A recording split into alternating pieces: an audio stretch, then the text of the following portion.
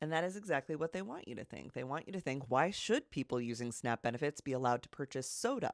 Soda is a luxury item.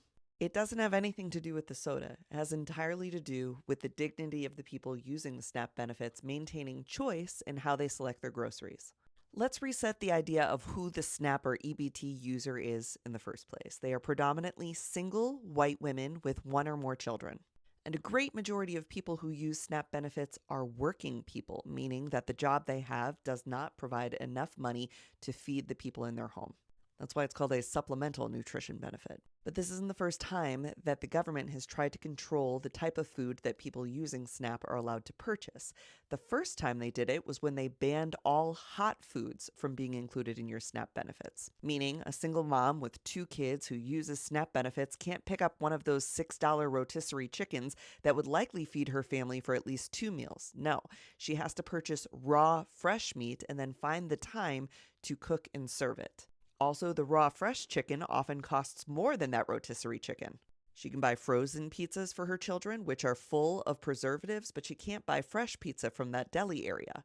And I think the ban on hot food is actually a better example than the ban on soda is when it comes to why we should not seek to put a blanket ban on how people buy groceries. Because it's also not just soda. The ban is on sugar sweetened beverages, which also includes juice. I don't know if you ever tried to give straight 100% juice to a child, but it does not go well if it's not sweetened. And oftentimes, juice is one of the ways that you can get a serving of vegetables into a finicky eater.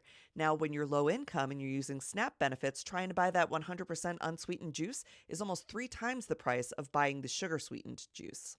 So, what becomes unfair when the government starts overreaching and micromanaging SNAP beneficiaries' groceries is that they miss common sense things like this.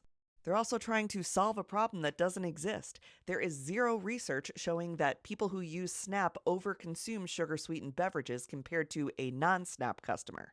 And that is why a lot of folks like myself who have worked in the food security and hunger space in the past are very against these blanket bans that come down from bureaucrats and are really just an effort to further dehumanize people who are just struggling to make ends meet and trying to feed their kids. So that is why we don't give the government an inch, because we know they'll take a mile. It starts now with them being like, oh, we're going to ban soda, but they didn't tell you it would also ban juice. Because honestly, if the health department's goal was to force health on people, then they should be doing that to regulate everybody's groceries and say soda is a danger to everybody, not just people who buy soda with their SNAP benefit. If it was about health, then it would be about everyone being able to purchase fresh produce, fresh meat, and have the time to prepare a quality meal. But those things actually cost a lot more. Fresh produce is becoming a luxury item. I hope that helps. Let me know if you guys have any more questions about SNAP or the ag benefits.